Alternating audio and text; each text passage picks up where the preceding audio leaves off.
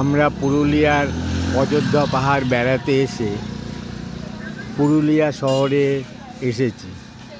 এইখানে আমরা সূর্য মন্দির দেখছি, খুব সুন্দর সূর্য মন্দির। ওই যে আমার বিয়ান আর মনি যাচ্ছে মন্দিরের দিকে, সূর্য মন্দিরের দিকে। তোমরা দাঁড়িয়ে পড়ো, মনি তোমরা দাঁড়িয়ে পড়ো, ছবি উঠবে।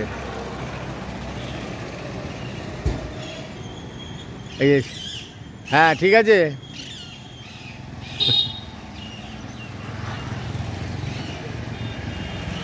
সূর্য মন্দিরের অপোজিটেই সাহেববাদ। ব্রিটিশ শাসনকালে ইংরেজরা কয়েদিদের দিয়ে এই ঝিল খনন করিয়েছিল। 50 একরের ঝিল, অনেকে বাঁধ বলে, সাহেববাদ। জেলের কয়েদিদের দিয়ে এটাকে খনন করা হয়েছিল। মাঝখানে একটা দ্বীপের মতো আছে। শীতকালে অনেক পরিযায়ী পাখি আসে। ওই যে কিছু পাখির আওয়াজ পাওয়া যাচ্ছে। সূর্য অস্ত যাচ্ছে পশ্চিম দিকে।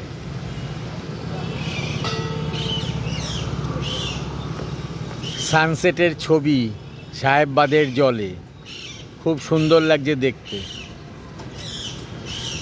সানসেটের ছবি সাহেববাদের জলে, অনেকে বাদ না বলে ঝিলও বলে। বিশাল ঝিল, বললাম না 50 একরের ঝিল।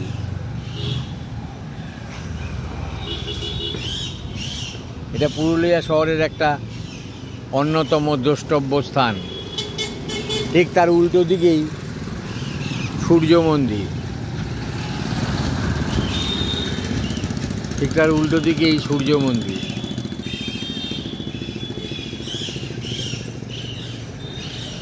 খুব ভালো লাগছে দেখতে।